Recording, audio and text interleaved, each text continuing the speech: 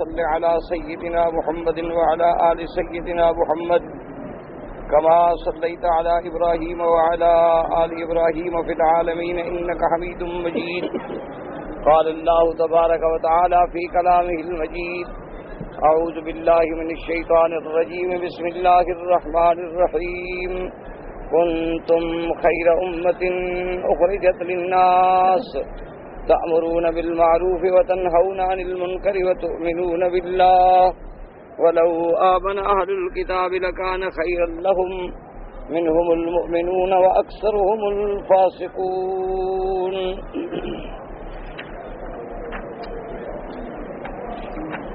يضروكم إلا أذى وإن يقاتلوكم يولوكم الأدبار ثم لا ينصرون.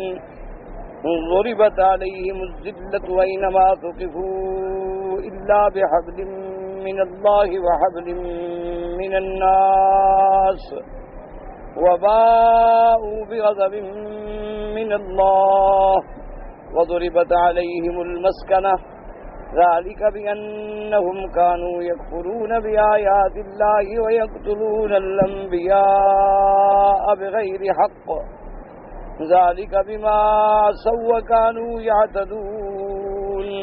قال المؤلف والمفسر رحمه الله تعالى: أدام النفع بعلومه وعلومكم إلى أن قال.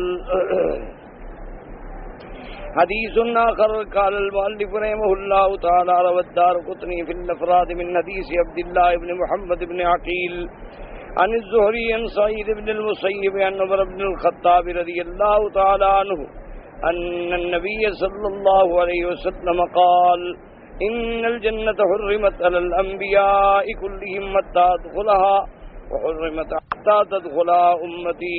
ثم قال: انفرد به ابن عقيل الزهري ولم يروى عنه سواه، وتفرد به زهير بن محمد بن عقيل، وتفرد به عمرو بن أبي سلمة عن زهير، وقد رواه أحمد بن عدي الحافظ. وقال: حدثنا أحمد بن الحسين بن إسحاق قال حدثنا أبو بكر الأعين محمد بن أبي غياث قال حدثنا أبو حفص التنيسي قال حدثنا صدقة الدمشقي عن زهير بن محمد عن عبد الله بن محمد بن عقيل عن الزهري. ورواه الثعلبي حدثنا أبو عباس المخلدي قال أنبأنا أبو نعيم عبد الملك بن محمد قال أنبأنا أحمد بن عيسى التنيسي حدثنا عمرو بن سلمة قال حدثنا صدقة بن عبد الله عن زهير بن محمد بن عقيل به. اب مفسر رحمت اللہ علیہ ایک اور حدیث مبارک روایت فرماتی ہیں کہ جو دارقطنی نے اپنے افراد میں روایت کی ہے سعید بن المسیب سے، حضرت عمر بن الخطاب رضی اللہ تعالیٰ عنہ فرماتی ہیں کہ حضور پاک صلی اللہ علیہ وسلم نے ارشاد فرمایا کہ اللہ تبارک و تعالیٰ نے تمام انبیاء پر جنت کو روک دیا، حرام کر دیا، منع کر دیا ہے. جب تک کہ میں داخل نہ ہوں کوئی پیغمبر یا نبی داخل نہیں ہوں گے، اور اسی طرح اللہ نے جنت کو روک لیا جب تک میری امت داخل نہ ہو کوئی امت داخل نہیں ہوگی. گو اس روایت میں منفرد ہیں، لیکن اس کے اور طرق بھی ہیں جو مفسر رحمت اللہ علیہ نے ذکر فرمائے. تو مقصود ان احادیث مبارک سے بھی یہی ہے کہ اللہ تبارک و تعالیٰ نے یہ جو ہے حضور صلی اللہ علیہ وسلم کی امت کو بخشا ہے کہ سب سے پہلے ہمارے آقا سرکار مدینہ صلی اللہ علیہ وسلم جنت میں جائیں گے، اور اس کے بعد پھر سارے انبیاء علیہم السلام جنت میں جائیں گے. یعنی تمام انبیاء سے اول داخل ہونے والے جو ہیں آقا انعامدار خاتم الانبیاء صلی اللہ علیہ وسلم ہیں. اور اسی طرح تمام امتوں سے سب سے افضل امت چونکہ حضور پاک کی ہے تو سب سے پہلے امت محمد مصطفیٰ صلی اللہ علیہ وسلم داخل ہوگی جنت میں، اور اس کے بعد باقی امتیں داخل ہوں. ویسے یہ بات بھی اپنے ذہن میں رکھ لیں کیونکہ اللہ کی مخلوق میں سب سے اعلیٰ مرتبہ جو ہے وہ نبوت اور رسالت کا ہے. سب سے اعلیٰ مرتبہ اللہ کی مخلوق میں جو ہے وہ انبیاء اور رسل کا ہے علیہم الصلاۃ والتسلیم. اللہ کے ان پہ کروڑوں صلاۃ و سلام. اور اسی طرح انبیاء میں پھر اللہ کے جو رسول ہیں ان کا مرتبہ زیادہ ہے، کیونکہ جو رسول ہے وہ نبی ہوتا ہے، اور ہر نبی جو ہے وہ رسول نہیں ہوتا، اور 1,24,000 انبیاء میں تقریباً 313 جو ہیں وہ رسول ہیں، اور پھر 313 میں 5 جو ہیں وہ اولو العزم من الرسل ہیں، اور سب کے سردار جو ہیں وہ ہمارے آقا حضرت محمد مصطفیٰ صلی اللہ علیہ وعلا آلہ وصحبہ وسلم۔ تو اب جب یہ بات واضح ہو گئی کہ تمام مخلوق میں افضل مخلوق کیا ہے؟ انبیاء، تو سب سے پہلے جنت میں کون جائیں گے؟ انبیاء۔ اسی لیے قرآن میں جو ترتیب ہے وہ بھی اسی طرح ہے، اولئک مع الذین انعم اللہ علیہم من النبیین والصدیقین والشہداء والصالحین وحسن اولئک رفیقا ذلک الفضل من اللہ۔ سب سے پہلا درجہ جو ہے انبیاء کا۔ تو اب جب سب مخلوق میں اول مرتبہ دخول کا کن کا ہوگا؟ انبیاء کا۔ ان میں سب سے اول کون داخل ہوں گے؟ حضرت محمد صلی اللہ علیہ وسلم۔ اب آ گئی امتیں، اب امتوں میں پھر مرتبے ہیں، صدیقین کا مرتبہ، شہداء کا مرتبہ، صالحین کا مرتبہ۔ تو اب سب سے امت محمد مصطفیٰ میں اعلیٰ مرتبہ کون ہے؟ اصحاب رسول اللہ رضوان اللہ تعالی علیہم اجمعین۔ وہ سب سے پہلے داخل ہوں گے جنت میں، حضور صلی اللہ علیہ وسلم کے بعد انبیاء، پھر ساری امتوں سے پہلے حضور کی امت۔ حضور کی امت میں سب سے اول کون ہے؟ صحابہ رضوان اللہ علیہم اجمعین، پھر ان کے بعد تابعین، پھر ان کے بعد تبع تابعین، پھر ان کے بعد جیسے جیسے کسی کا مقام ہے محدثین، فقہاء، ائمہ، علماء، شہداء، صالحین، پھر جیسے جیسے مراتب ہوں گے۔ تو یعنی داخلہ تو ترتیب سے ہوگا، لیکن نبیوں میں سب سے پہلے محمد الرسول اللہ صلی اللہ علیہ وسلم، اور امتوں میں سب سے پہلے امت محمد مصطفیٰ صلی اللہ علیہ وسلم۔ تو یہ شرف جو ملا ہے یہ بھی امت رسول پاک کو ملا ہے کہ ساری امتیں کھڑی رہیں جنت میں، داخل ہی نہیں ہو سکتی جب تک کہ حضور صلی اللہ علیہ وسلم کی امت داخل نہ ہو۔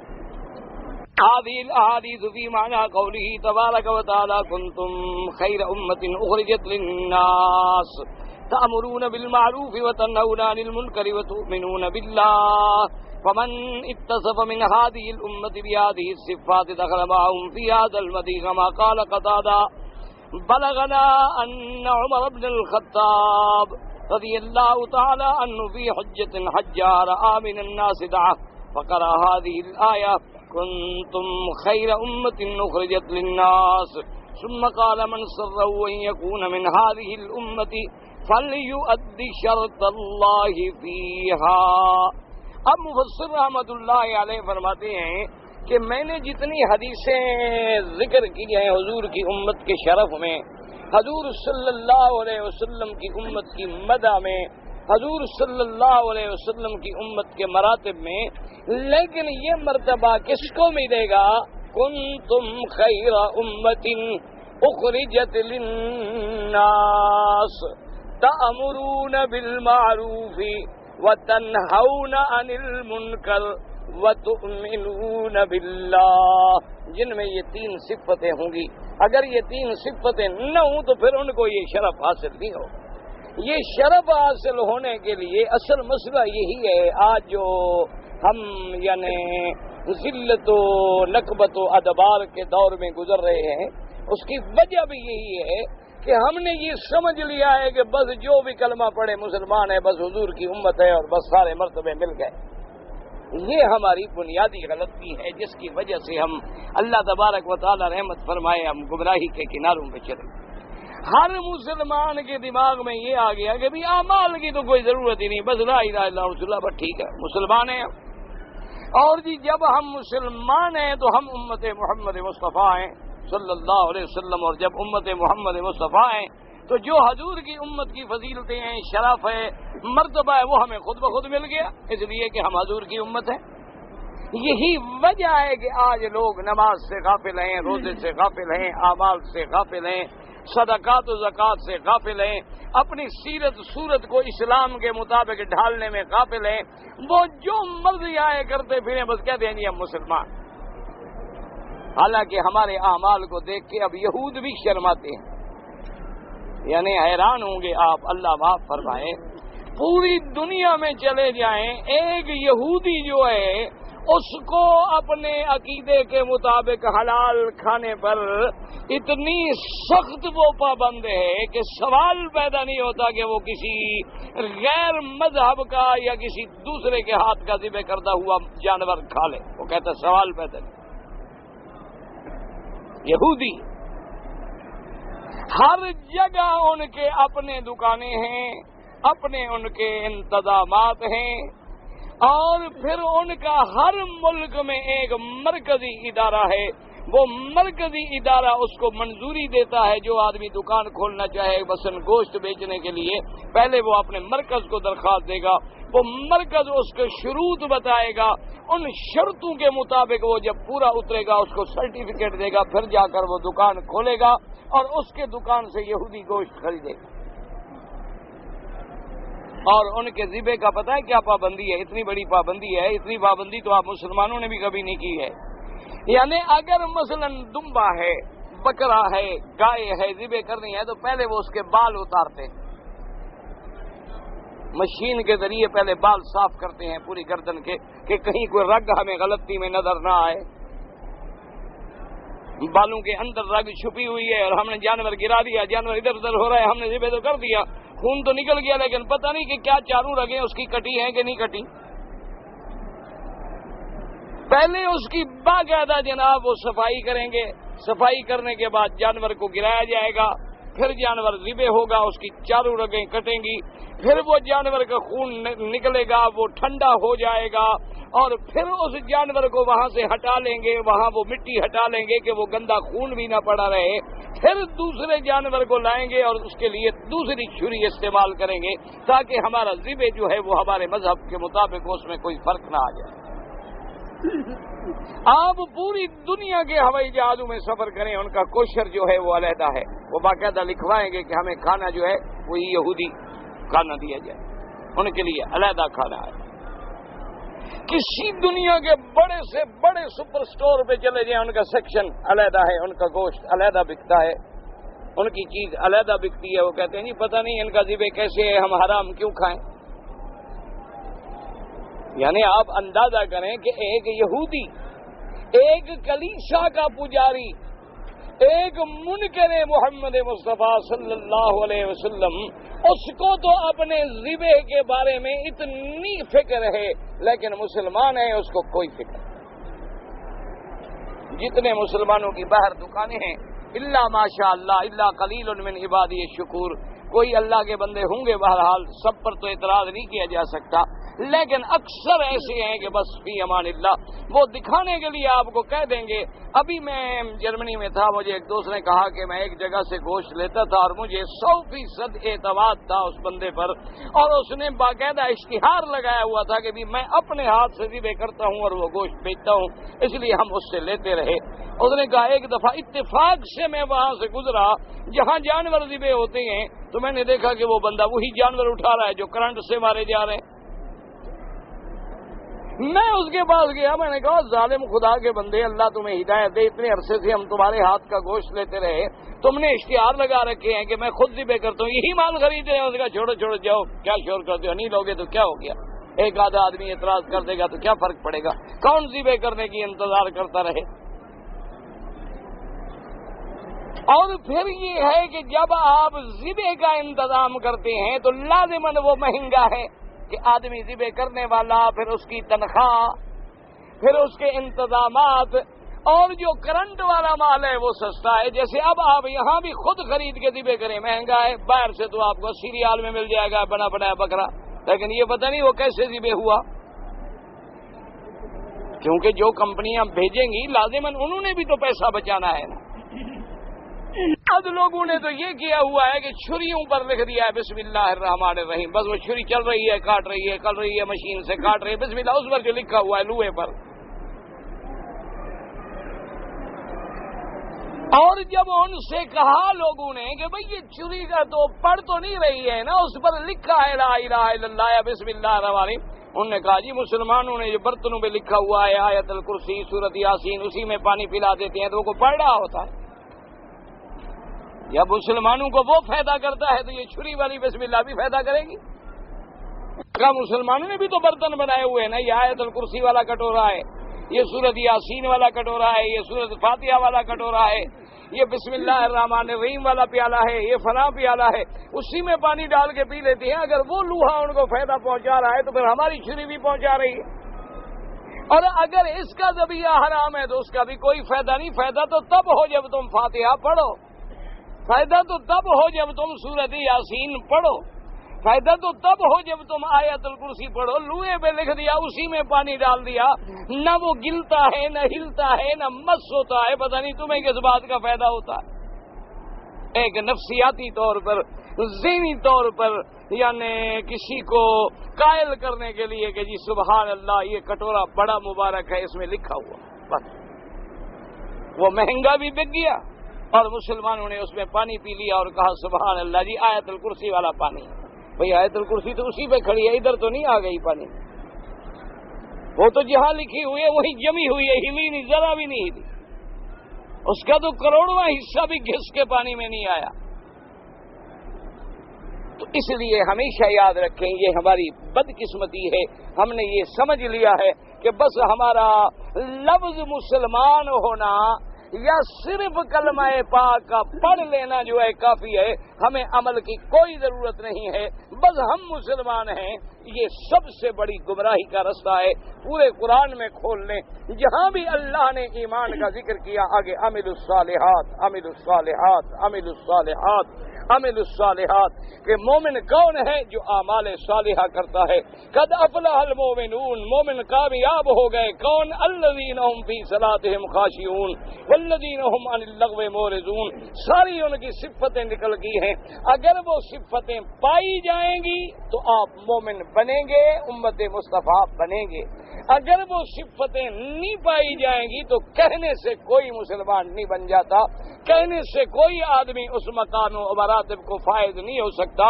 یہ تو پھر نعوذ باللہ، نعوذ باللہ، نعوذ باللہ، اللہ کی بڑی ناانصافی ہوگی کہ ایک آدمی کی 100 سال تہجد قضا نہ ہو وہ بھی مسلمان ہے، ایک آدمی 100 سال نماز نہ پڑھے وہ بھی مسلمان۔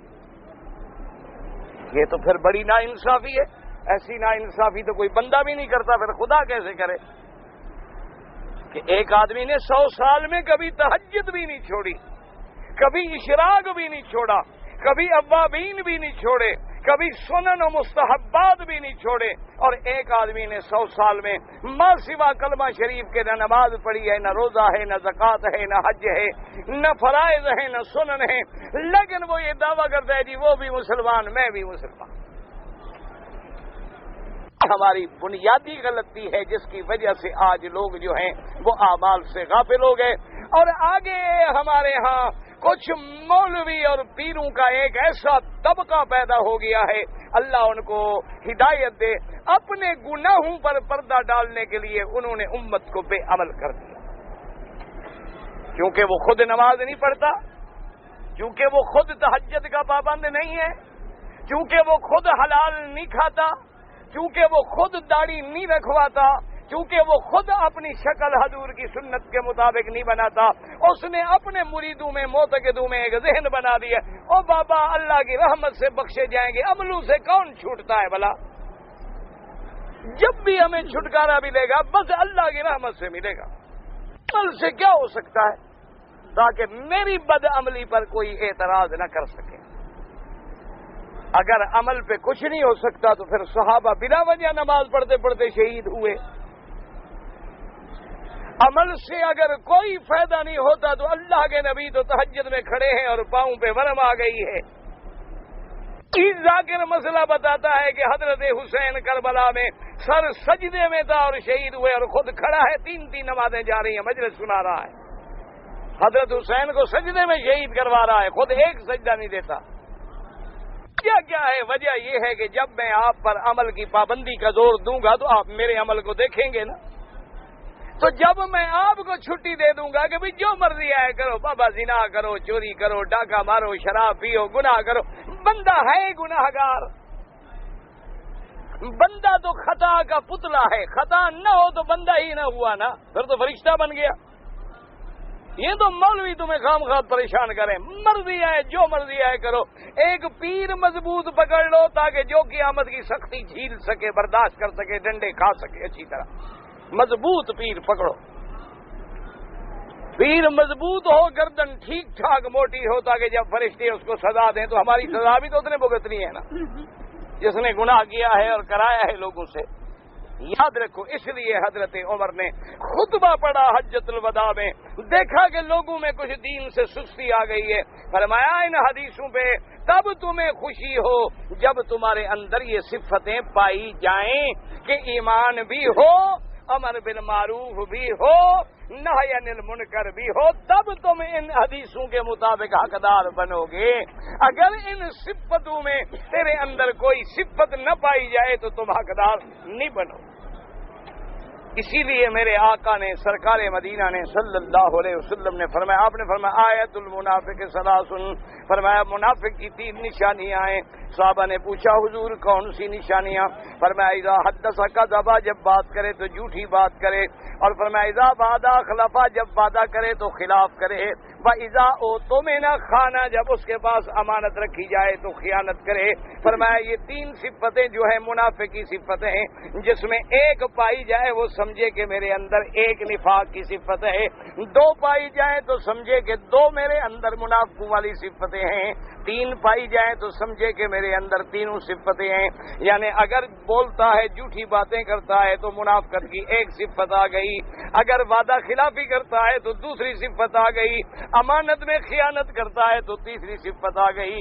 ایک تیسری جگہ حضور نے فرمایا اذا خاصم فجر، اور منافق کی یہ علامت ہے کہ جب لڑے جھگڑا کرے تو گالیاں دے۔ تو اگر یہ صفتیں آ جائیں تو سمجھو منافقوں والی صفتیں آ گئیں۔ اور اس کے مقابلے پر جب بولے تو سچ بولے، وعدہ کرے تو پورا کرے، امانت رکھے تو دیانت کے ساتھ ادا کرے، پھر مومن والی صفتیں آ گئیں۔ یہ جب تک صفتیں نہیں آئیں گی اس وقت تک ہمیں ایماندار کہلانے کا کوئی حق نہیں۔ اس لیے ہمیشہ یاد رکھیں، تم جو چاہو مرضی، بس یہ ہم حضور کی امت ہیں، اور جی بڑے گناہگار ہیں، بڑے بدکار ہیں، بس حضور کی امت ہیں۔ حضور نے ہمیں یہی حکم دیا ہے کہ تم بدکار رہ کر میری امت بنو، کہ فرمایا نیکوکار رہ کر میری امت بنو۔ یہ علیحدہ بات ہے کہ انسان ہے، اس سے گناہ ہو گیا، اس سے غلطی ہو گئی، اس سے خطا ہو گئی، وہ توبہ کرے، توبہ کا دروازہ کھلا ہے، اللہ کی رحمت سے امید رکھے، اللہ پاک نجات عطا فرمائیں گے، معافی عطا فرمائیں گے۔ یہ تو نہیں کہ گناہوں کو اپنی عادت بنا لیں، امر بالمعروف زبان سے کبھی نہ نکلے، اور جو بیچارے تبلیغ کر رہے ہیں ان کے خلاف بھی ڈنڈے لے کے کھڑا رہے، اور پھر بھی کہے کہ میں امت محمد مصطفیٰ ہوں۔ ایک تو خود نہیں کرتا، جو کر رہے ہیں ان پر بھی کیڑے نکال رہا ہے، اور جی ان میں یہ نقص ہے، ان میں یہ نقص ہے، ان میں جناب یہ نقص ہے۔ وہ جناب جہاد کی بات نہیں کرتے، وہ جناب لوگوں کو گھر سے 3 مہینے کے لیے نکال لیتے ہیں، ان کی بیویاں رو رہی ہیں، گھر والے بڑے پریشان ہو رہے ہیں، اس کو بڑا درد ہے ان کے گھر والوں کا۔ تم جو 2 سال کے لیے نوکری کے لیے نکلے ہوئے، تمہارے بچوں کو 2 سال ہو گئے تمہارا منہ دیکھے ہوئے، اس میں تو تمہیں کوئی تکلیف نہیں ہوتی، وہ تو تم پیسے دے کر آنا چاہتے ہو، 2 سال کے لیے ہزاروں خرچ کر کے گھر سے نکلتے ہو، اور خوش ہو جاتے ہو کہ مجھے نوکری مل گئی، نوکری مل گئی۔ دنیا کے لیے بیوی تم 2 سال چھوڑ دو تو کوئی اعتراض نہیں، کوئی دین کے لیے 1 مہینے کے لیے جائے تو اس پر کیڑے نکالتے ہو۔ اس لیے ہمیشہ یاد رکھیں، یہ صفتیں پیدا کریں کہ تؤمرون بالمعروف وتنہون عن المنکر وتؤمنون باللہ، فمن اتصف من هذه الامة، اس امت میں سے جو ان صفتوں کے ساتھ متصف ہوگا، جس میں یہ صفتیں پیدا ہوں گی تو وہ مدح میں داخل ہوگا، اور جس میں یہ صفتیں نہیں ہوں گی وہ مدح میں داخل نہیں ہوگا۔ اسی طرح فرماتے ہیں کہ حضرت عمر بن الخطاب جب حج کرنے کے لیے انہوں نے دیکھا کہ لوگوں کے اندر بڑی سستی ہے، تو آپ نے بھی ارشاد فرمایا خبردار، کنتم خیر امت اخرجت للناس، جو چاہتا ہے کہ میں اس امت کی صفتوں میں داخل ہو جاؤں، اس کو چاہیے کہ وہ ان شرطوں کو بھی پورا کرے تاکہ پھر اللہ پاک اس کو اس امت کے مراتب نصیب فرمائے۔ اب جناب مفسر رحمۃ اللہ علیہ فرماتے ہیں رواہ ابن جریر ومن لم يتصف بذلك اشبال الكتاب الذين ذمهم الله بقوله تعالى كانوا لا يتناهون عن منكر فعلوا الآية. اب فرماتے ہیں کہ اگر کوئی آدمی برائی دیکھ کے برائی سے منع نہیں کرتا، بھلائی کا حکم نہیں کرتا، تو پھر اس کا حال تو وہ ہوگا جیسے اہل کتاب کا حال ہے، جن کی اللہ نے قرآن میں مذمت بیان کی ہے کہ ہم نے ان کو کتاب دی، ہم نے ان کو کتاب کا علم دیا، لیکن وہ کسی منکر کو دیکھ کے جو کر رہے ہوتے اس کو کبھی منع نہیں کرتے تھے، پھر تم بھی اس مذمت میں آ جاؤ گے. ولہذا لما مدى تعالی هذه الامه على هذه الصفات شرع في ذم اهل الكتاب وتعنيهم فقال تعالى ولو آمن اهل الكتاب لكان خيرا لهم منهم المؤمنون واكثرهم الفاسقون. اللہ تبارک و تعالی نے جب مدح کی امت محمد مصطفیٰ صلی اللہ علیہ وسلم کی تو اب اللہ پاک نے مذمت بیان کی اہل کتاب کی. فرمایا کہ ولو آمن اہل الکتاب، اگر اہل کتاب بھی ایمان لے آتے بما نزل علی محمد صلی اللہ علیہ وسلم، جو کچھ کے اتارا گیا محمد مصطفیٰ پہ صلی اللہ علیہ وسلم پہ وہ ایمان لے آتے، وہ امر بالمعروف کرتے، وہ نہی عن المنکر کرتے، ان کے لیے بہت بڑا اجر تھا، بہت بڑی خیر تھی، ان کو دو ثواب ملتے، ایک اپنے پیغمبر پہ ایمان لانے کا اور عمل کرنے کا، اور ایک حضرت محمد مصطفیٰ صلی اللہ علیہ وآلہ آلہ واصحابہ وسلم تسلیما کثیرا کثیرا پہ ایمان لانے کا. اس لیے قرآن پاک میں آتا ہے اولئک یؤتون اجرہم مرتین، اگر اہل کتاب ایمان لائیں تو اللہ ان کو دوہرا ثواب دیں گے. اللہ پاک نے فرمایا ولو آمن لکان خیرا لہم لیکن منہم المؤمنون واکثرہم الفاسقون، لیکن ان میں سے تھوڑے لوگ جو ہیں اہل کتاب سے وہ ایمان لے آئے، وہ پکے مسلمان ہو گئے، لیکن اکثر ان کے جو ہیں وہ اللہ کی طاعت سے نکلنے والے ہیں، یعنی کفر کرنے والے ہیں. اب بھی یعنی بڑا باعث افسوس اور مذمت ہے کہ باہر جب آپ جائیں گے جو لوگ اہل کتاب ہیں، مثلا یہودی ہیں، نصرانی ہیں یا اور کوئی ہیں، جب وہ دین اسلام قبول کر رہے ہیں وہ ہم سے کروڑ درجے پکے مسلمان، یعنی وہ جب اسلام میں آ رہے ہیں ان کی آپ شکل دیکھیں تو آپ کو اسلام نظر آئے گا، لباس دیکھیں تو اسلام نظر آئے گا، عبادت دیکھیں تو اسلام نظر آئے گا، یعنی ایک ایک لمحہ ان کا اسلام کی خدمت میں گزر رہا ہے. اور وہ لوگ جو کافر ہو کے مسلمان ہوئے، انگریز مسلمان ہوئے، جرمن مسلمان ہوئے، فرینچ مسلمان ہوئے، ایک ایک آدمی نے پھر ہزاروں کو مسلمان کیا، جو ان کو صحیح مسلمان ہے. جب وہ صحیح نمونہ پیش کرتے ہیں ایمان کا لوگ اسلام قبول کرتے ہیں. ہم جب جاتے ہیں تو ہم تو اسلام کے نام پر داغ ہیں، ہم تو اسلام کے نام پر کلنک کا ٹیکا ہے کہ وہ جب دیکھتے ہیں کہ ماشاءاللہ یہ بھی مسلمان ہے، ڈسکو میں بھی کھڑا ہے، شراب بھی پی رہا ہے، خنزیر بھی کھا رہا ہے، گوری لڑکیوں کے ہاتھ میں ہاتھ ڈالے شام کو سیریں بھی کر رہا ہے، وہ کہہ رہی ہے عجیب مسلمان ہے. بھائی اگر ایسا اسلام ہے تو کہتے ہیں جی یہ گھر میں رکھو اسلام، یہ کام تو ہم پہلے بھی کر رہے تھے، پھر مسلمان ہو کے بھی یہی کرنا ہے تو کیا فائدہ ہوا. ہم تو اسلام کے نام پر داغ بن گئے، نعوذ باللہ ثم نعوذ باللہ ثم نعوذ باللہ، کہ ہمیں دیکھ کر لوگ اسلام چھوڑ کے بھاگ جاتے ہیں. وہ کہتے ہیں دیکھو جی داڑھی رکھی ہوئی ہے، جھوٹ بولتا ہے. عجیب بات ہے، اس نے سنت رسول چہرے پہ رکھی ہوئی ہے اور جھوٹ بول رہا. عجیب بات ہے کہ یہ کہتا ہے کہ میں مسلمان ہوں اور حرام کھا رہا ہے. یہ کہتا ہے کہ میں مسلمان ہوں اور یہ ہوٹل پہ بیٹھ کے فرق ہی نہیں کر رہا کہ خنزیر کا گوشت ہے یا بکرے کا گوشت ہے. یہ کہتا ہے میں مسلمان ہوں اور فرق ہی نہیں کر رہا ہے، کافر بھی شراب پی رہا ہے، مسلمان بھی شراب پی رہا ہے. تو ہم لوگ تو اسلام کو بدنام کرنے والے ہیں. اگر صحیح معنی میں ہم مسلمان بن جائیں اور اللہ ہمیں مسلمان بنا دے تو یاد رکھو مسلمان کو تو دیکھنا جو ہے یہ بھی دعوت ہے، تبلیغ. کیوں مسلمان جہاں جائے گا اس کا لباس جو ہے وہ سنت محمد مصطفیٰ کے مطابق، اس کی حرکات و سکنات جو ہیں وہ بھی اسلام کے مطابق. یعنی آپ حیران ہوں گے، اللہ تبارک و تعالیٰ رحمت فرمائے کہ ایک مسلمان، آپ دیکھیں نا جی آپ جہاز میں داخل ہوں گے، اگر آگے ایئر ہوسٹس آئے گی آپ کی نظریں نیچے ہو جائیں گی تو اس کے دل میں سوچ تو پیدا ہوتی ہے نا کہ بھی آخر کیوں ایسے نظریں جھکا لیں. اب دین کی تبلیغ شروع ہو گئی. آپ بیٹھیں گے وہ کھانا لائے گی، آپ کہیں گے بھی میں عورت کے ہاتھ سے نہیں لیتا۔ تبلیغ شروع ہو گئی، کھانا مرد لے آیا، تم نے وہ ٹشو رکھے گا خوشبو والا، آپ کہیں گے نہیں جی نہیں، چھوڑے کام باندھا ہے۔ اب 400 آدمی ہوائی جہاز میں بیٹھے، 4 آدمی احرام میں بیٹھے ہیں، تو لوگ دیکھیں گے نا کہ یار یہ کیوں 2 چادریں باندھے ہوئے ہیں؟ وہ پوچھیں گے بھی ان کو کیا ہو گیا ہے؟ کپڑے اتارے 2 چادریں باندھ کے بیٹھے، کیا بات ہے؟ وہ کہیں گے جناب یہ احرام ہے۔ وہ پوچھے گا احرام کیا ہوتا ہے؟ وہ جی انہوں نے عمرہ کرنا ہے۔ وہ جی عمرہ کیا ہوتا ہے؟ تو اب دین کی تبلیغ شروع ہو گئی۔ اب نماز کا وقت آئے گا، پوچھیں گے کہ جی قبلہ کدھر ہے؟ میں نے نماز